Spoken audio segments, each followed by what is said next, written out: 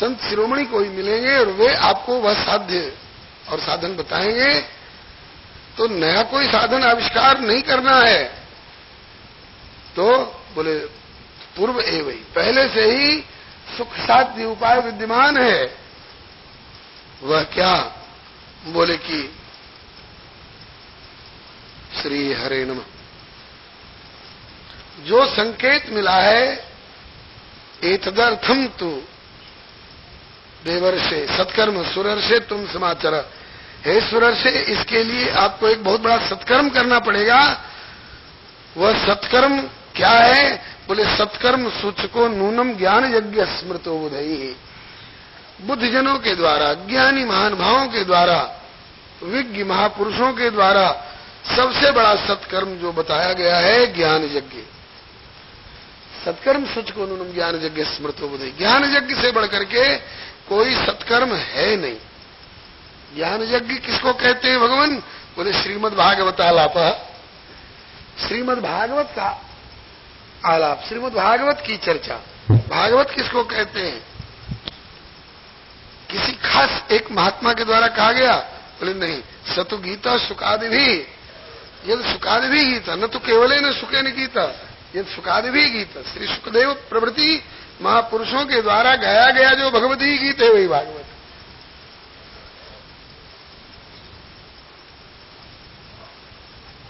इस श्रीमद् भागवत के उद्घोष से ज्ञान और वैराग्य की मूर्छा भी चली जाएगी, बुढ़ापा भी दूर हो जाएगी, कमजोरी भी दूर हो जाएगी और बड़ा बल मिलेगा।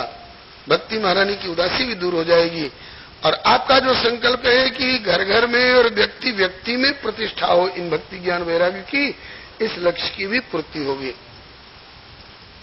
तब नारद जी प्रश्न कर रहे हैं, भगवान मैंने तो सुना है कि वेद वेदांत और उपनिषद से ही निकली हुई थोड़ी थोड़ी ली हुई सार सार कथा, उसी से श्रीमद् भागवत की तैयारी हुई है।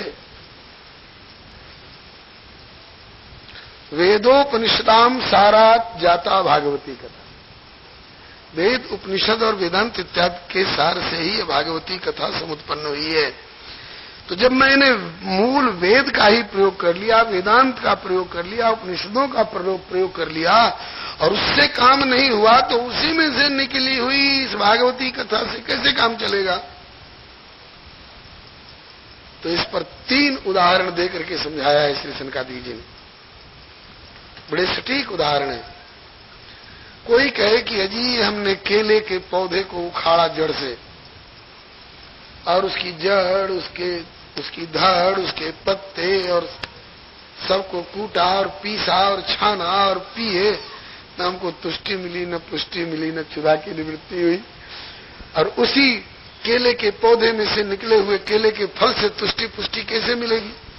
हमने किसी आम के पौधे को उखाड़ लिया जड़ समेत और उसको कूटे, पीसे और घोटे और छाने और पीने लग गए, न तुष्टि मिली, न पुष्टि मिली, न क्षुधा निवृत्ति हुई। और उसी पेड़ में से निकले हुए आम के फल से तुष्टि पुष्टि और क्षुधा निवृत्ति कैसे हो जाएगी? तो कहते हैं कि पेड़ के कूट पीस कर और घोट छान कर पीने से तुष्टि पुष्टि भले न हो, लेकिन उस पेड़ में लगे हुए और परिपक्व पके हुए फल से तुष्टि पुष्टि और क्षुधा निवृत्ति हो जाती है। बोले हाँ, ये तो ठीक कहते हैं। एक तो उदाहरण ये दिया, इसमें ये बताया कि वेद वेदांत उपनिषद यदि पेड़ हैं, पौधे हैं, तो श्रीमद् भागवत उनमें से लगा हुआ और परिपक्व पका हुआ फल है, इससे हो जाए। दूसरा उदाहरण दिया, कोई कहे कि अजी हमने दूध निकाल कर चम्मच से और करछी से और अग्नि कुंड में खूब डालना शुरू किया हवन करने के लिए, आग ही बुझ गई। जब दूध से हवन करके देख लिए हवन नहीं हो सका, तो उसी दूध में से निकले हुए घृत से हवन कैसे हो जाएगा? हमने दूध में पूड़ी बेल बेल कर और तलने की कोशिश की, लेकिन पूड़ी नहीं खिली, नहीं तली जा सकी। और उसी दूध में से निकले हुए घी से कैसे हो जाएगा? तो कहते हैं कि दूध में पूड़ी नहीं तली जाए भले, दूध से हवन नहीं हो भले, आग बुझ जाए, लेकिन उसी दूध में से निकले हुए मक्खन और उस मक्खन से जो तैयार घी है, घी से हवन भी हो जाता है, आग नहीं बुझती है, और घी से पुआ पूड़ी भी तल जाती है। इसमें ये बताया कि वेद वेदांत उपनिषद जो है ये कच्चा दूध है, तो उसी में से निकला हुआ सार घृत रूप श्रीमद् भागवत है। तीसरा उदाहरण दिया, कोई कहे कि जी हमने दूध को फाड़कर छेना बनाया, छेना का गोला बनाया, और गोला बना बना करके हमने गन्ने के डंठल में पोर पोर पर चिपका दिया, लेकिन वो मीठा नहीं हुआ।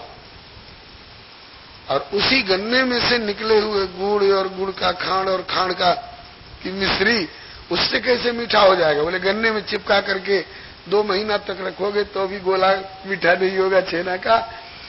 और भले उसी गन्ने से निकला हुआ है मिश्री, लेकिन ये उसका परिमार्जित परिष्कृत सार रूप रस है, इससे मीठा हो जाएगा। इस तीसरे उदाहरण में ये बताया कि वेद वेदांत उपनिषद अगर कच्चा गन्ना है, डंठल है गन्ने का, तो उसी में से निकला हुआ सार रूप मिश्री ये श्रीमद् भागवत है, इससे मिठास आ जाएगी। फिर आगे कहते हैं कि परितापवती व्यासे मुह्यत ज्ञान सागरे तदा त्वया पुरा प्रोक्तम चतुश्लोक समन्वितम तदीय श्रवणात् सद्वेन्द्र बाधो बादरायण तत्र ते विस्मय के नहीं तो प्रश्न करो भगवान। नारद वेद व्यास जी जो 24 अवतार में से एक हैं, और वे वेद व्यास जी वेद के 4 भाग कर चुके थे, वेदांत ब्रह्म सूत्रों की रचना कर चुके थे, 17 पुराणों का प्रणयन कर चुके थे, महाभारत जैसा दिव्य इतिहास ग्रंथ का प्रणयन कर चुके थे, और फिर भी उनको शांति नहीं मिल रही थी, अकृतकृत्य जैसे लग रहे थे। तो आप ही ने पहुंचकर इसी भागवत का उपदेश किया चतुश्लोकी रूप में, और कहा कि इसका गायन करो आपको पूर्ण शांति मिलेगी। वेद व्यास जी ने आप ही की सलाह से श्रीमद् भागवत का गायन किया और उनको पूर्ण शांति मिली।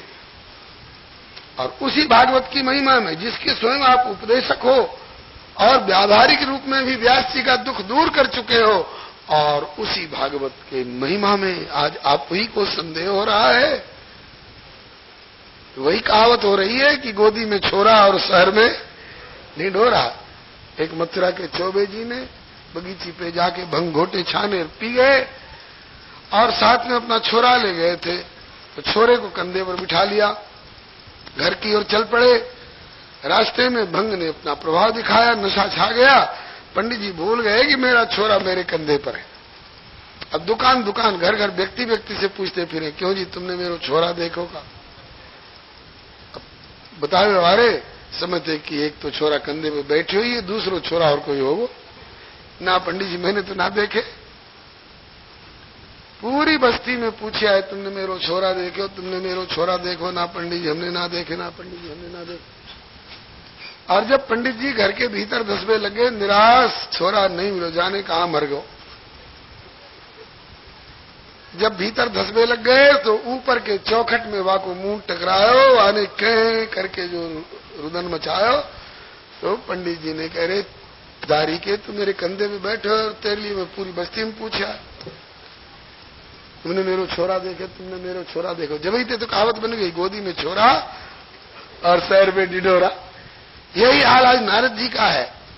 ये श्रीमद् भागवत रूपी छोरा नारद जी के कंधे पे बैठा है, हृदय में विराजमान है, स्वयं इसके उपदेशक हैं। आज श्रीमद् भागवत की महिमा कोई भूल गए, वेद वेदांत उपनिषद और जंत्र मंत्र तंत्र में भटकते फिर रहे हैं। और यहां तक कि श्री सनकादिक जी के द्वारा कहे जाने पर भी यथा प्रश्न करो भगवान, प्रश्न कर रहे हैं, इनसे नहीं हुआ, उनसे नहीं हुआ, तो याते कैसे हो? कहे कि आप करके देखो, संदेह मत करो। अरे कहा बार ठीक कहते हो, ध्यान आ गया, ध्यान में बात आ गई। तो आयोजन कहाँ होना चाहिए? कौन सुनावेगो? आप कथा सुना दोगे भागवत की? वो ज्ञान यज्ञ स्मृतो बुधई, ज्ञान यज्ञ सत्कर्म क्या आप कर दोगे, करा दोगे? कहा कि बिल्कुल, हम तो खोजते फिरते, कोई सुनवे वारे मिले, सुनावे वारे मिले। श्री हरे नमः। सुनवे वारे मिले चाहे सुनाए हुए वारे मिले, हम तो खोजते फिरे। कोई सुनवे वारे मिल जाए तो सुनावे, कोई सुनाए हुए वारे मिले तो सुनवे लग जाए, और सुनवे वारे सुनाए हुए वारे को ना मिले तो चक्रू प्रवचन में एक तथा शुश्रूष हो पड़े। हम 4 भैया हैं, एक भैया को व्यास गद्दी पर बिठा दे, 3 नीचे जा बैठे, भैया सुनाओ, होने दो कथा। बोलो संत भगवान की जय। हम लोग तो सजी सजाई व्यास गद्दी और बड़ा बड़ा ये मंडप और वाटर प्रूफ पंडाल खोजते हैं, और सनकादिक जी को कोई जरूरत नहीं, जहां बैठ गए बस वही कथा होने लगी। हाँ, हम सुना देंगे, तुम श्रोता बनने को तैयार तो हो, अपनी चंचलता को छोड़ के। अरे भगवान की कथा सुनने के लिए हम सब चंचलता का परित्याग कर देंगे।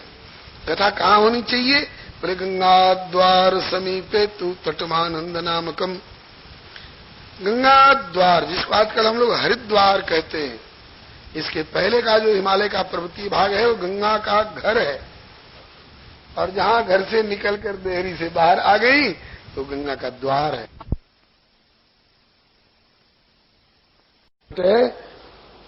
अपूर्व रसरूपा च कथा तत्र भविष्यति, वहां अपूर्व रसरूपा कथा होगी। अगर चाहते तो जहां बात हो रही थी ठाड़े ठाड़े वहीं श्रोता वक्ता बन के बस बैठो, कहीं जाने की जरूरत नहीं, वहीं करने लग जाते, वहीं सुनने लग जाते। लेकिन ना, बोले इतनी ऊंचाई पर, अरे वन में मोर नाचा, किसी ने देखा? तो देखने वाले थे ही नहीं, तो उससे क्या लाभ? जहां अधिक से अधिक लोग कथा से लाभान्वित हो सकें, ऐसे धरातल से कथा होनी चाहिए। तो हिमालय से नीचे खिसके, कहां बद्रिकाश्रम और कहां हरिद्वार, हम लोगों को कई दिन लग जाते हैं महाराज पैदल जाने में, और अब बस से भी शायद एक दिन में तो नहीं पहुंच पाते हैं, कहीं न कहीं तो पड़ाव करना पड़ता है। श्री सनकादिक जी और श्री नारद जी दोनों बद्रिकाश्रम से खिसक करके हरिद्वार आए। बोले महाराज यहाँ ज्यादा लोग जुट जाएंगे, इनके लिए बिछायत कहां से आएगी? अरे बोले नव कोमल बालुकम, गंगा जी की बालू, गंगा जी की रेती ऐसी है कि लगता है चांदी को रेत रेत करके चूर करके बिखेर दिया गया है।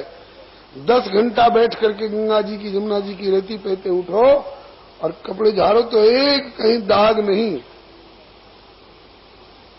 और लगता है कि गद्दा बिछा हुआ है, इतना कोमल कोमल, नव कोमल बालुकम। और चांदनी के लिए अरे बोले नाना नाना तरुलता किरणम, खंपा गाड़ने की जरूरत नहीं, बड़े बड़े वृक्ष साल वगैरह के, और उन पर लता किरण, अनेक लता वल्लरियां चारों तरफ से आच्छादन दिए हुए हैं।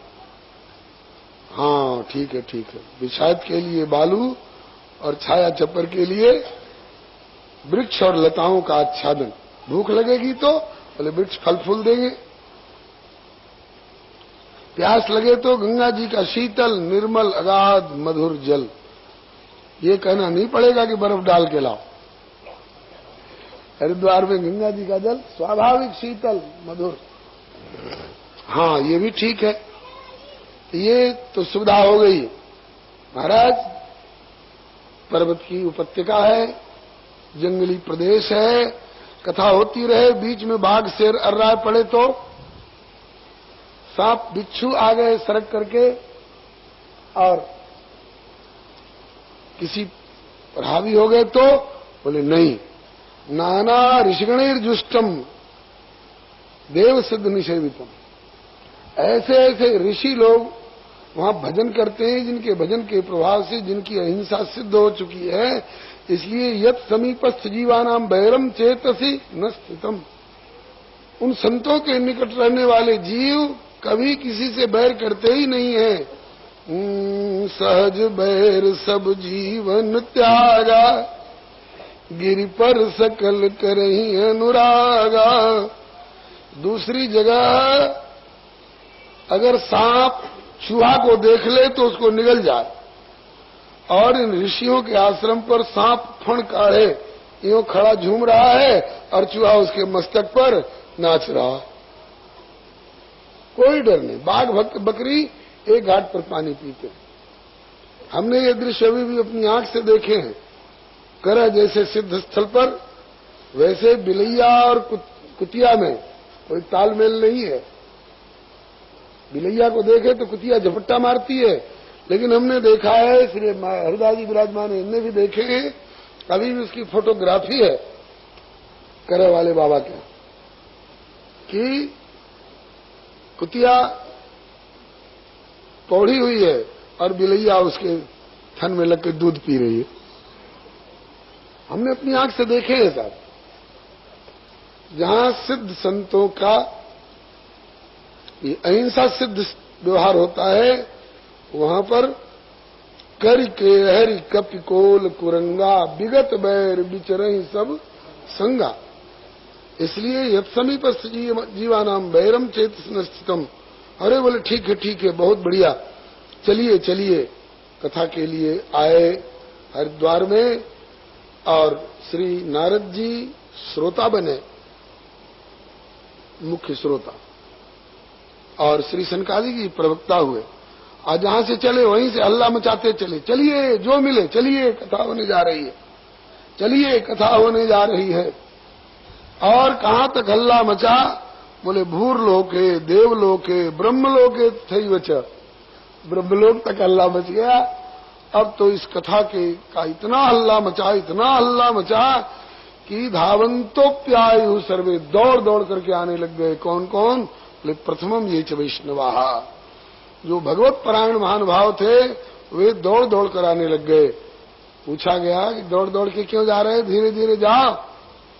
कहा कि धीरे धीरे जाएंगे और आधा घंटा पीछे पहुंचेंगे, इतनी देर में जितनी कथा निकल जाएगी उतने से वंचित रहना पड़ेगा। तो एक भी अध्याय, एक भी श्लोक कथा छूटने न पावे, इसलिए धावंतोप्यायु सर्वे प्रथम ये च वैष्णवाः। और अकेले दुकेले नहीं जा रहे हैं।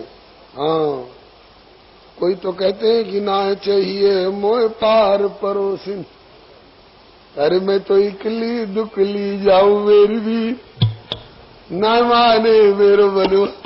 अरे हाँ, कहते इकली दुकली नहीं, बोले कि अगर विरक्त महानुभाव है तो शिष्य प्रशिष्यों के साथ, गृहस्थ महानुभाव है तो स्वस्त्री विरायुति प्रणयन युक्ता, स्त्री और पुत्र पौत्रों के साथ सब चलो, सब चलो। अरे सब चलेंगे तो ये घर की रखवाली कौन करेगा, आश्रम की देखभाल कौन करेगा? कहा कि आश्रम राम भरोसे।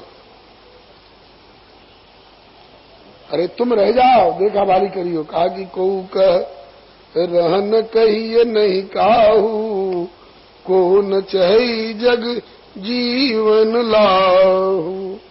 जीवन का लाभ क्यों? सारी बातें एक जगह नहीं मिलती हैं जी। जैसे असंजोग यहां जुटा हुआ है, श्रीमद् भागवत जैसी कथा, हरिद्वार जैसा स्थान, सनकादिक सरीखे प्रवक्ता, नारद जी जैसे श्रोता, और लक्ष्य भक्ति ज्ञान वैराग्य की तुष्टि पुष्टि प्रतिष्ठा और जीव मात्र का कल्याण।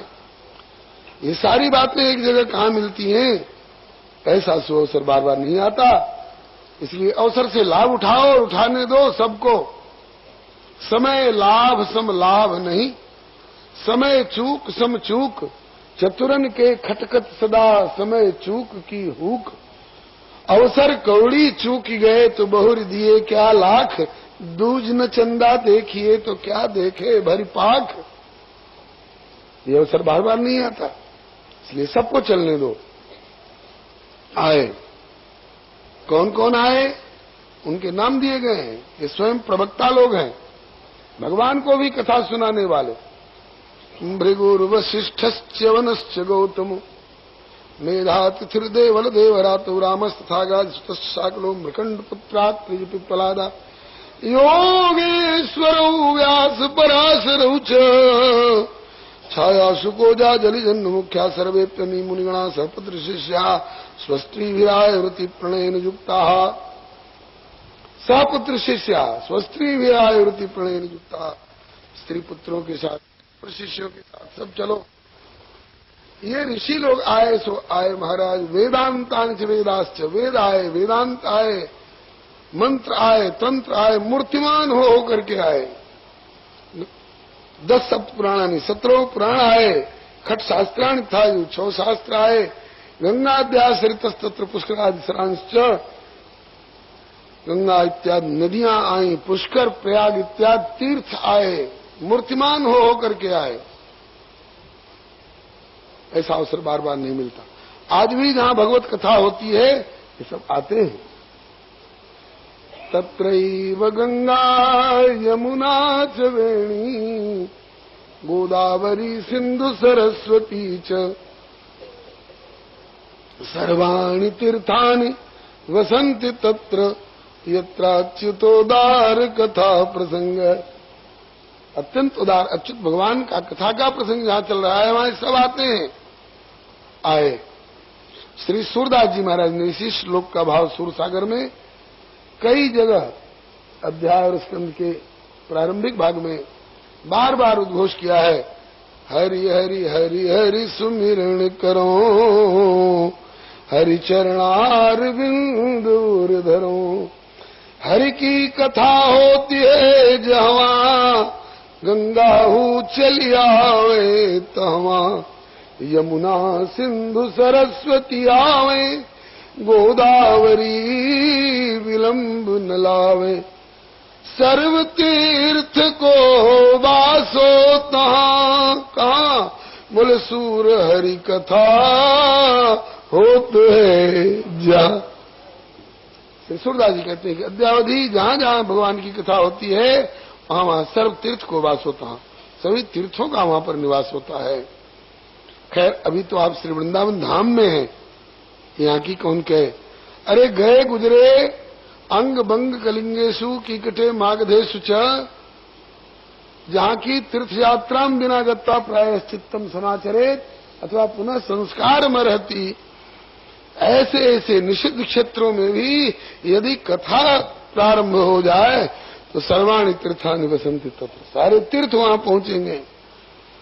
और उस क्षेत्र में से कोई ऐसा व्यक्ति आकर के बैठ गया जो कभी भी किसी क्षेत्र में किसी तीर्थ में जाने के लिए न तो उसके पास पांव में ताकत रही, न कमर में पैसे की ताकत रही, नहीं जा पाया। लेकिन कथा आद्योपांत सुनिए श्रीमद् भागवत की, चाहे रामायण की, चाहे श्री भक्तमाल इत्यादि इन भगवदीय ग्रंथों की। और उससे फिर कोई पूछे कि आप कौन कौन तीर्थ गए हैं, तो उसे ये नहीं कहना चाहिए कि हम अभी किसी तीर्थ नहीं गए हैं। उसे कहना चाहिए कि मैं सब तीर्थ कर आया हूं, सब तीर्थ कर आया हूं। कितना खर्च लगा? बोले खर्च कुछ नहीं लगा। बोले घर से 10 कदम पर कथा हो रही थी, बस चले गए। अरे कहीं रेल मोटर से गए नहीं, पैसा खर्च हुआ नहीं, तो सब तीर्थ कैसे कर आए? अरे कहा कि मैं एक ऐसे तीर्थ में गया था जहां सर्वाणि तीर्थानि वसन्ति तत्र, जहां सभी तीर्थ विद्यमान थे, जहां सभी तीर्थ विद्यमान थे। कौन तीर्थ है? बोले कथा तीर्थ। तो कथा तीर्थ में सब तीर्थ विद्यमान थे और अब कथा तीर्थ में हुआ है, तो सब तीर्थ हुआ है कि नहीं हुआ? बोलो वृंदावन बिहारी लाल की। कथा तीर्थ में आने वाला सब तीर्थ कर लिया। भगवान नाम सरिता में अवगाहन करने वाला, नाम लिया जिन सब किया जोग यज्ञ आचार, जप तप तीर्थ पर सुधर सबे नाम की लाल। अब कथा का शुभारंभ हुआ यथा योग्य। एक तरफ में देवता लोग, एक तरफ में ऋषि लोग, एक तरफ में माताएं बहनें, एक तरफ में भाई लोग, यथा योग स्थान मिला। कथा का शुभारंभ हुआ। श्री सनकादिक जी कहने लग गए, अथते वर्णते स्माभिर महिमा सुख शास्त्रजा यस्य श्रवण मात्रेण मुक्ति करतले स्थिता। पहले श्लोक में तो कहा कि हम श्री सुख शास्त्र, श्री सुखदेव जी के द्वारा गाया हुआ शास्त्र श्रीमद् भागवत सुना रहे हैं, जिनके श्रवण मात्र से मुक्ति तो मुट्ठी में, मुक्ति करतले स्थिता। अब बहुत लोग मुक्ति का नाम सुनकर के नाक बहुत सिकोड़ने लग जाते हैं, हमें मुक्ति से क्या लेना देना, ये कथा केवल मुक्ति दिलाती। अरे नहीं साहब, अभी आगे भी सुनिए।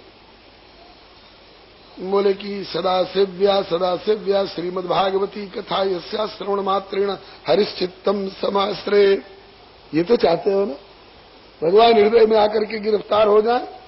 बंध गया मुझसे जाति न तोरी, मित्र ऐसी है ये प्रेम डोरी। मुझको महलों के व्यंजन न भाए, देर भिलनी के मुख से सराहे।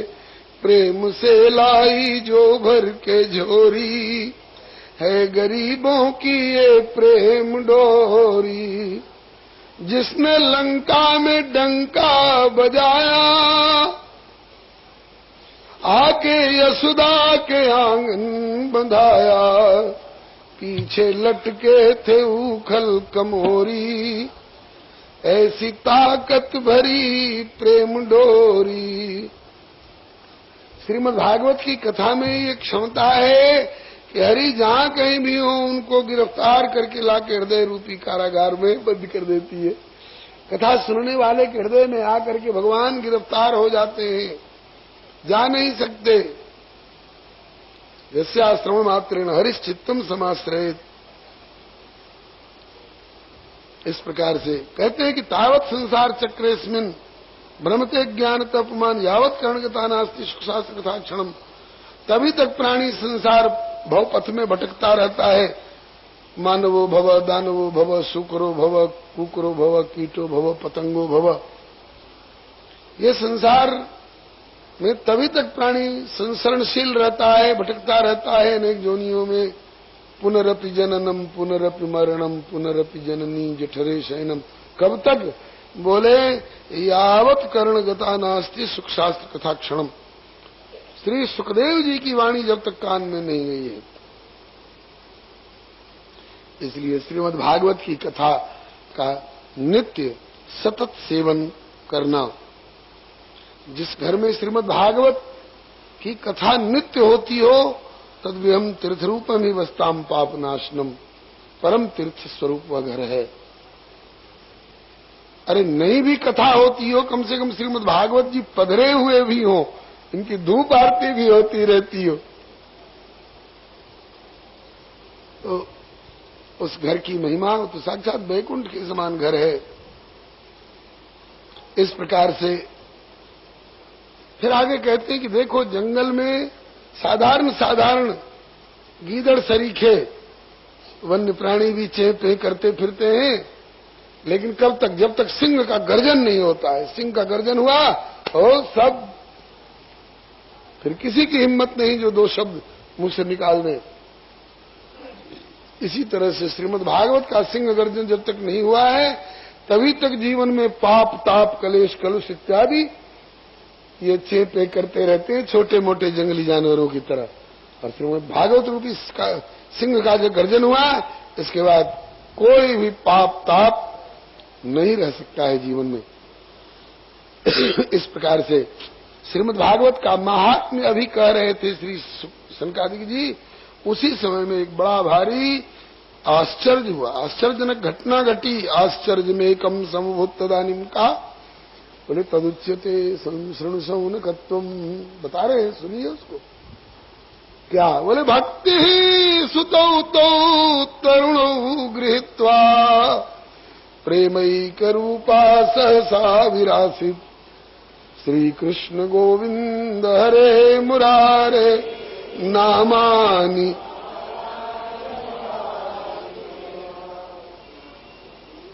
श्री हरे नमः।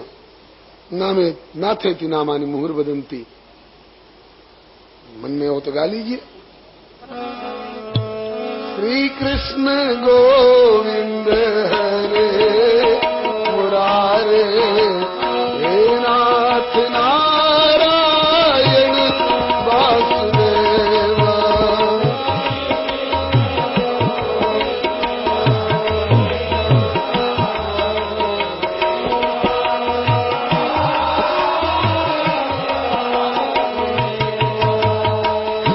श्री कृष्ण गोविंद हरे मुरारे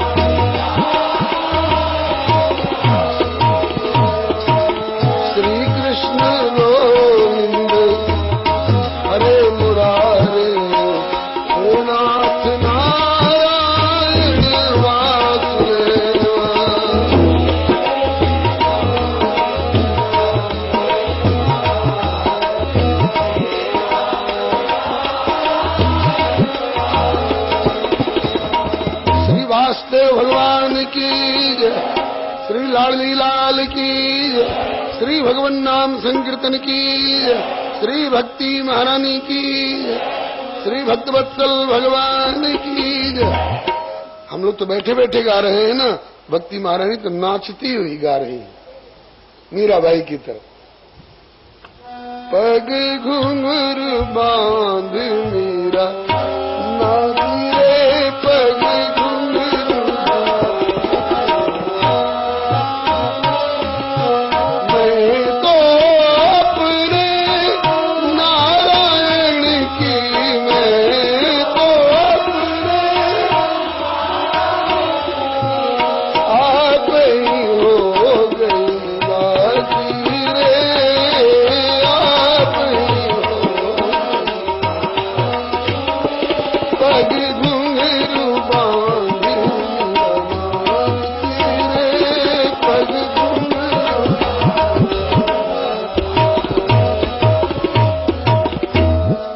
नृत्य करती हुई श्रीमन महाप्रभु गौरांग देव जी की तरह, श्री सुतीक्ष्ण जी की तरह कबहू के नृत्य करे गुण गाय। और अकेली नहीं, दोनों पुत्रों के सहित। आश्चर्य है कि नहीं? कहां तो इन विचारों को उठकर बैठने की ताकत नहीं थी। नेत्रई रनवलोकंतो जृंभंतो सालजाओ बकोत्पलितो शुष्क काष्ठ समांग को, जिनकी ये स्थिति थी, और आज भक्ति सुतौ तो तरुण गृहीत्वा प्रेमैक रूपा सहसा विरासित श्री कृष्ण गोविंद हरे मुरारे नाते नामानि मोर बदंती, इस तरह से गाती हुई और नृत्य करती हुई सभा में आ गई और उन्मत्त नृत्य कर रही है।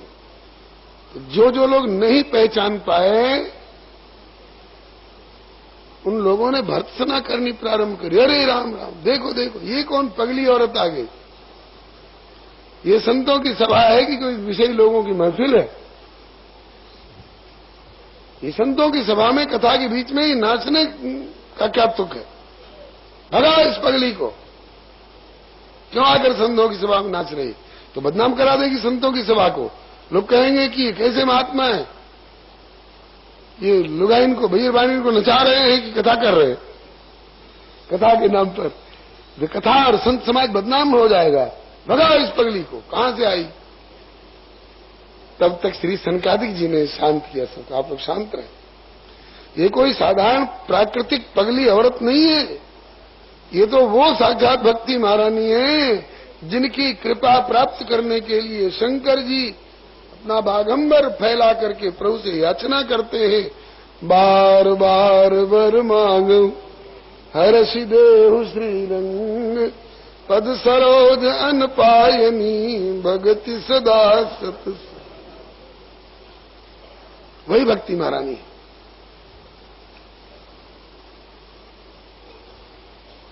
अब तो जिन जिन को मालूम हुआ कि ये भक्ति महारानी है और हमने बिना पहचाने इनको पगली औरत कह के फटकार दिया, भर्त्सना की, ओ तो सिटपिटा गए, सकचा गए। रे राम राम, तो बड़ी भूल हुई। बिना जाने पहचाने किसी को अपने मन से कुछ गुणा भाग करके हिसाब नहीं लगा लेना चाहिए। क्षमा याचना करने लगे, हे भक्ति महारानी क्षमा करना, आप तो प्रभु की प्राण वल्लभा हो, पुनि रघुवीर ही भगति प्यारी, तुम तो भक्ति प्रिया तस्य सततम प्राण तो अधिका। भक्ति माने श्री जी, भक्ति माने श्री किशोरी जी। सीता लखन समेत प्रभु राजत पर्ण कुटीर, कैसे लगते हैं? बोले भगति ज्ञान वैराग्य जन सोहत धरे शरीर। भक्ति माने श्री जी, भक्ति माने प्रिया जी प्रभु की। तुम तो भक्ति प्रिया तस्य सप्तम प्राण तो अधिका।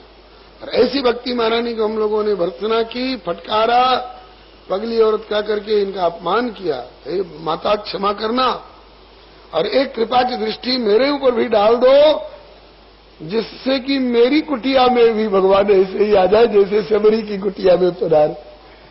तुम कृपा कर देती हो तो तया हूतस्तु भगवान यात नीच गृहेश्वपी। भक्ति महारानी काहे को किसी की भर्त्सना का दुख मानेंगी? हाँ।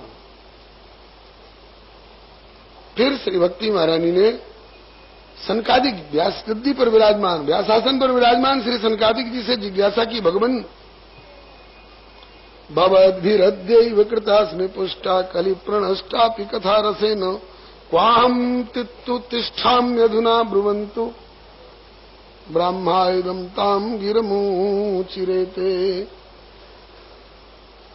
देख रही हूं सब तरह के लोग अपने अपने स्थान पर विराजमान हैं। एक तरफ देवता लोग हैं, एक तरफ में ऋषि लोग हैं, एक तरफ में माताएं बहनें, एक तरफ में भाई लोग हैं। मेरे लिए भी जगह बताइए, मैं कहां बैठूं? हाँ, सबको सब जगह नहीं बिठाया जा सकता है। यथा योग्य आसन चाहिए। मुनि सोच पाहुन बड़ न्योता, तस पूजा चाहिए जस देवता। मुंह देख के बीरा और देह देख के पीड़ा। कोई कोई ऐसे होते हैं कि रिक्शा वाले इनकार कर देते, साहब आपको हम नहीं बिठाए, हमारा रिक्शा जो है तो बैठ जाएगा। और ऐसे व्यक्ति को इतना छोटा सा पीड़ा दे दीजिए तो कैसे बेचारे गुजारा हो। तो जैसे देवता ऐसा आसन हमारे लिए जगह बताइए। श्री सनकादिक जी ने इतनी बढ़िया जगह बताई। बोले कि भक्तेषु गोविंद स्वरूप कर्त्री प्रेमैक धर्त्री भवरोग हंत्री सात्वं च तिष्ठस्व सुधैर्य संश्रया निरंतरम वैष्णव मानसानी। भक्तों को गोविंद का सारूप्य प्रदान करने वाले, प्रेम एकमात्र प्रेम ही प्रेम स्वरूप अथा तो भक्तिम व्याख्यास्यामः सा त्वस्मिन् परम प्रेम स्वरूपा सुख स्वरूपा अमृत स्वरूपाच्च। ऐसी सा न कामयमाना निरोध रूपत्वात् निरोधस्त लोक वेद व्यापार न्यास। तो ऐसी जो श्री भक्ति महारानी है, भक्तेश गोविंद स्वरूप कर्त्री प्रेमैक धर्त्री भवरोग हंत्री, भवरोग का समापन कर देने वाली है। हे भक्ति महारानी, आपको जगह बताई जा रही है। सात्वम च तिष्ठस्व सुधैर्य संश्रया निरंतरम वैष्णव मानसानी। वैष्णवों के हृदय कमल के समान खिले हुए होते हैं। वैष्णवों के हृदय में जो विष्णु परायण भगवत परायण महानुभाव होते हैं, उनके हृदय रूपी कमल में क्रोध की आंच नहीं लगती है। क्रोध होता ही नहीं उनके हृदय में। काम की कीचड़ गंदगी नहीं होती है। लोभ का दलदल नहीं होता है। लोभ का अंधड़ तूफान नहीं होता है भक्तों के हृदय में। इसलिए वहीं भक्तों के वैष्णवों के हृदय रूपी कमल में विराजमान होकर वहीं बैठ के सुनो। ये स्थान कैसा है? बलिहारी भगवान का स्थान है। जहां भगवान के लिए स्थान है वहीं भक्ति के लिए भी स्थान है। और जहां भक्ति महारानी आसन लगाती है वहीं भगवान भी आसन लगाते हैं। अन्याभिलाषिता शून्यम ज्ञान कर्माद्यनावृतम आनुकूल्येन कृष्णानुशीलनम भक्तिरुत्तमा। हम लोग 6 घंटा 4 घंटा 8 घंटा किसी दफ्तर का, दुकान का, खेत का कार्यभार संभालते संभालते थक जाते हैं। लौट के घर आते हैं, फिर कहते हैं कि यार कुछ खिला पिला दो और कहीं शांत एकांत स्थान में थोड़ा विश्राम कर लें। हम 6 घंटा काम करते हैं तो थक जाते हैं और शांत एकांत स्थान खोजते हैं विश्राम के लिए। कोई छेड़े नहीं, कोई जगावे नहीं। और सारी सृष्टि का कार्यकलाप हम संभालते संभालते ठाकुर को थकावट होती है कि नहीं? ठाकुर को भी थकावट होती है। इनको भी विश्राम की जरूरत होती है। हरन सकल श्रम प्रभु श्रम पाई गए जहां शीतल यमराई। विश्राम की जगह खोजते हैं। वैकुंठ में कर लेते होंगे विश्राम। वैकुंठ में कैसे विश्राम होगा? वहां तो गजराज पुकारते हैं, दौड़ो प्रभु बचाओ प्रभु। तो कहां चैन लेने देते हैं भगत लोग? द्वारका में कर लेते होंगे विश्राम। बोले वह द्रौपदी पुकारती हैं, दीन दुखी हम बनवासी तुम दीन बंधु कहलाते जी, अघट घटाए घटन बिगटा के बिगड़े काम बनाते जी। शेष भक्त काज लगी शेषासन और गरुड़ासन बिसराते जी, प्रभु जल्द पधारो नहीं तो नहाए धोए दुर्वासा होंगे आते। न खाने देते हैं न सोने देते हैं ये भगत लोग अपनी अर्ज कर, तब कहाँ चैन मिलेगा, कहाँ विश्राम मिलेगा? तो बोले कहीं जगह मिली, बोले कि मैंने ढूंढ लिया जहां मुझे सतत विश्राम मिलता है। वो कौन जगह है? वही जो श्री सनकादिक जी ने भक्ति महारानी को बताया। भक्तेषु गोविंद स्वरूप कर्त्री प्रेमैक धर्त्री भवरोगहंत्री सात्वम तिष्ठस्व सुधैर्य संश्रया निरंतरम वैष्णवानुसानी। इसी को प्रकारांतर से भाषांतर में दोहे में श्री रघुनाथ जी कहते हैं, बोले कि बचन कर्म मन मोरी गति, जो भजन करही निष्काम, तिनके हृदय कमल मोह करऊं सतत विश्राम। जो मनसा वाचा कर्मणा सर्वतो भावेन अनन्य भाव से मेरी ही शरण रह करके जो निरंतर भजन करते हैं और निष्काम भजन करते हैं, दीयमानम न गृहणंती। नाथ आज मैं काह न पावा, अब कछ नाथ न चाहिए मोरे। ऐसी जगह श्री सनकादिक जी ने भक्ति महारानी को बताई। भक्ति महारानी ने सभा पर दृष्टि डाली, सब वैष्णव ही थे। वैष्णवता दो तरह की होती है। पद्म पुराण का श्लोक है, द्विविधम वैष्णवम प्रोक्तम बाह्याभ्यंतर में च बाह्याभ्यंतर साम्यम यत् तद वैष्णव मुदार्थम बाह्यम तो शंख चक्राभ्याम आंतरम वीतरागता। बाहरी और आभ्यंतरिक क्रियात्मिका और भावात्मिका दोनों तरह की वैष्णवता, दोनों तरह की भक्ति संतुलित रूप में जिनके हृदय में विराजमान हो। वैष्णव की भी परिभाषा कई कई तरह की दी गई है। एक ही श्रीमन महाप्रभु गौरांग देव जी से कभी किसी ने पूछा, कार्य बोली वैष्णव, वैष्णव किसको बोलते हैं? तो कहते हैं कि जहार मुखे एक बार सुनी कृष्ण नाम से ही वैष्णव तार करियो सम्मान। एक बार भी जिसके मुख से भगवान नाम उच्चारण हो, कान में पड़ जाए, तुम्हारे समझने में वैष्णव है। वैष्णव नहीं होता तो इसके मुख से प्रभु का नाम निकलता ही नहीं। लेकिन ये थर्ड डिवीजन वाले वैष्णव हैं। और सेकंड डिवीजन वाले इससे ऊंचे बोले, जहार मुख कृष्ण नाम निरंतर जहार वदने, कृष्ण नाम निरंतर जहार वदने से ही वैष्णव श्रेष्ठ भजतार चरणे। एक बार नाम लेने वाले से ज्यादा श्रेष्ठ वो है जो निरंतर भगवान नाम उच्चारण करता रहता। और ये सेकंड डिविजनर है। और तीसरी बार किसी ने पूछा कि वैष्णव किसको कहते हैं, तो बोले कि जो निरंतर भगवान नाम लेता रहता हो, यह विशेषता तो हो ही, बल्कि बाह्य और आभ्यंतरिक वैष्णवता के सांचे में ऐसे संतुलित ढंग से ढला हुआ हो कि जहार दर्शने मुखे ऐसे कृष्ण नाम तार जानियो तुम्हें वैष्णव प्रधान। जिसके दर्शन मात्र से प्रभावित होकर के अन्य प्राणी भी कृष्ण कृष्ण को ही व्याघ्र नाचिते लागिलो, ऐसे को तार जानियो तुम्हें वैष्णव प्रधान। वो प्रधान वैष्णव उत्तमोत्तम श्रेणी वाले, first class first, gold medalist वैष्णव। इनमें भी कई तरह की श्रेणियां होती हैं। आगे आप एकादश स्मृत में सुनेंगे। सर्वभूतेषु यः पश्येत् भगवद्भावम् आत्मनः भूतानि भगवत्यात्मन्येषु भागवतोत्तमः ईश्वरे तदधीनेषु बालिशेषु दुषत्सु च प्रेम मैत्री कृपोपेक्षाया करोत् समध्यमः अर्चायामेव हरे पूजामेव श्रद्धेयते नृतभक्तेषु ताचान्येषु सभक्त प्राकृत स्मृतः। तो कहते हैं कि जिस किसी भी तरह से जिसमें वैष्णवता हो, हे भक्ति महारानी आप उनके हृदय में विराजमान होइए। ये श्री सनकादिक जी ने जो कहा, श्री भक्ति महारानी ने सभा पर दृष्टि डाली। सबके माथे पर तिलक था, सबके गले में कंठी थी, सबके हाथ में माला थी, सबके हाथ में सुमिरनी थी, सबकी जिह्वा पर प्रभु का नाम था। कहा कि तो सब वैष्णव ही है। कहा कि तो सबके हृदय में बैठो, अधिकस्याधिकम फलम, सबके हृदय में बैठेंगे। तो भक्ति महारानी ने उतने रूप धारण करके सबके हृदय में विराजमान अपने को कर दिया।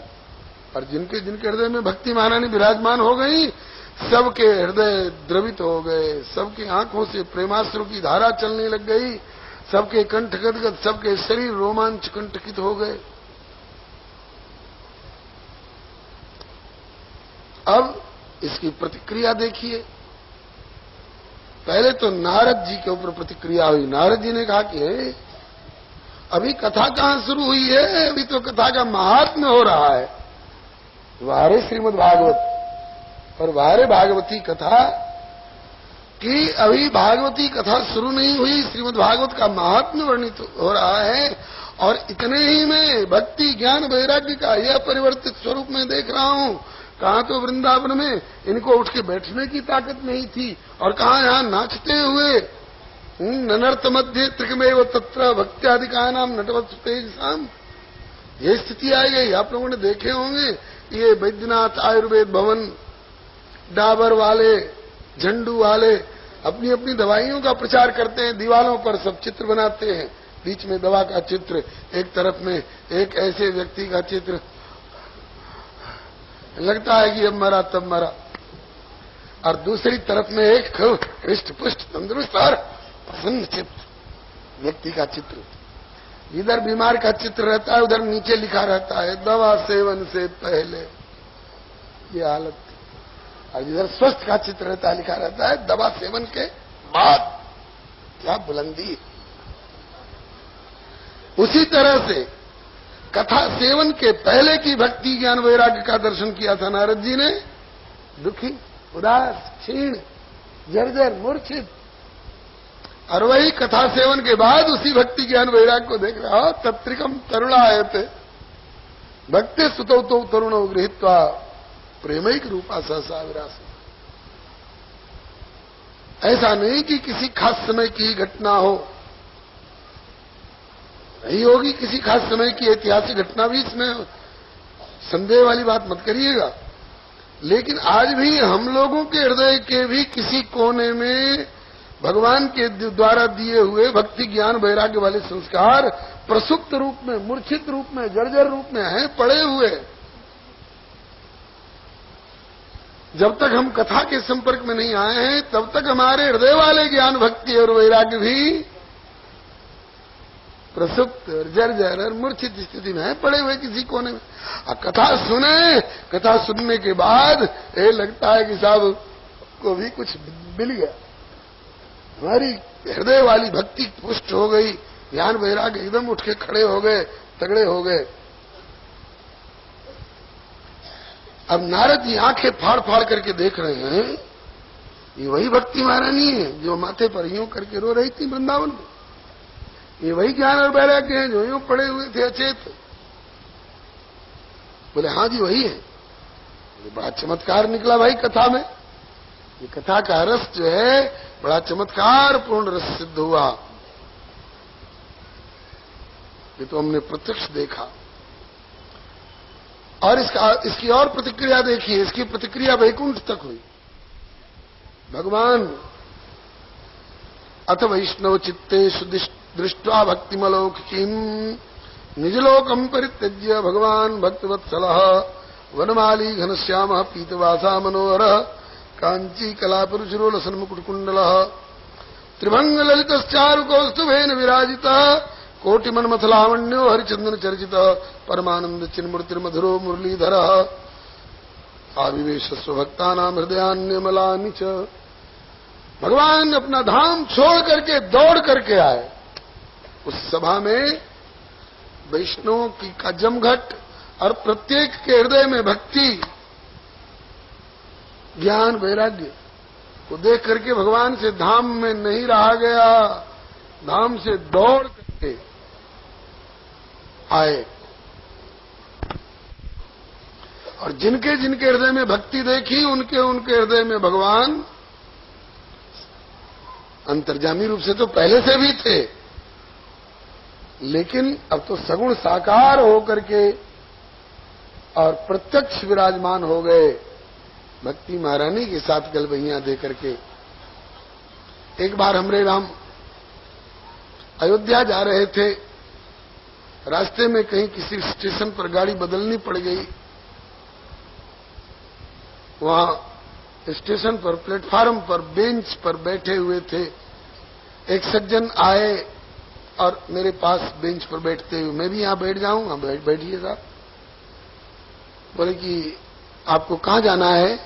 उन्होंने पूछा। हमने कहा श्री अवध। उन्होंने पूछा श्री अवध कहां है? हमको आश्चर्य हुआ कि श्री अवध का निकटवर्ती व्यक्ति पूछ रहा है अवध कहां है। इसका मतलब कि ये भौगोलिक धरातल से नहीं पूछ रहा है, किसी और धरातल से पूछ रहा। मैंने कहा कि अवध ताज राम निवास।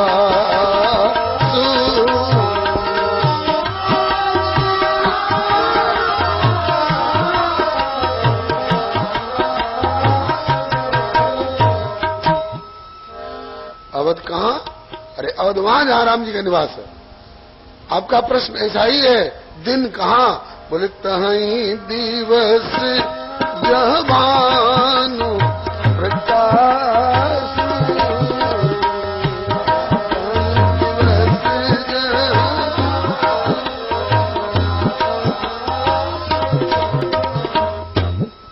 जहां सूर्य वहीं दिन, ऐसे ही जहां भक्ति वहां भगवान, और जहां भगवान वहीं अवध, वहीं वृंदावन।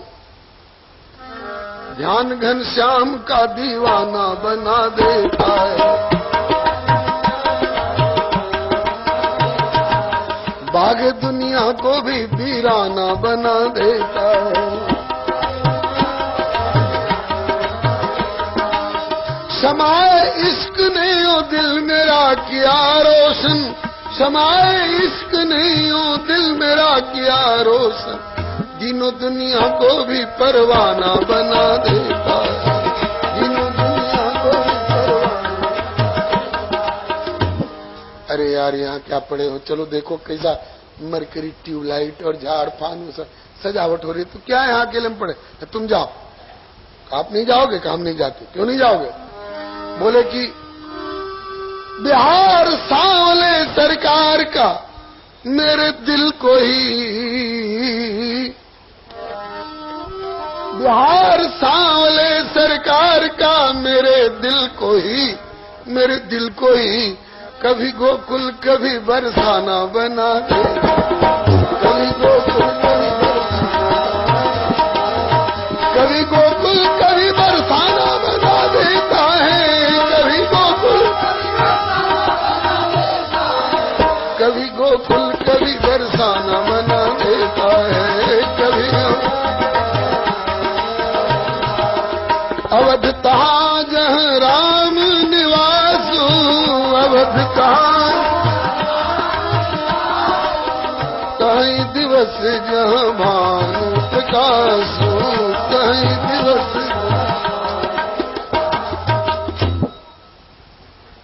अथ वैष्णव चित्तेश दृष्टवा भक्तिमलौक्यम। भगवान ने देखा कि अलौकिक की भक्ति इन वैष्णवों के हृदय में विराजमान है, तो निजलोकम परित्यज्य, अपना लोक छोड़ करके भगवान दौड़े आए।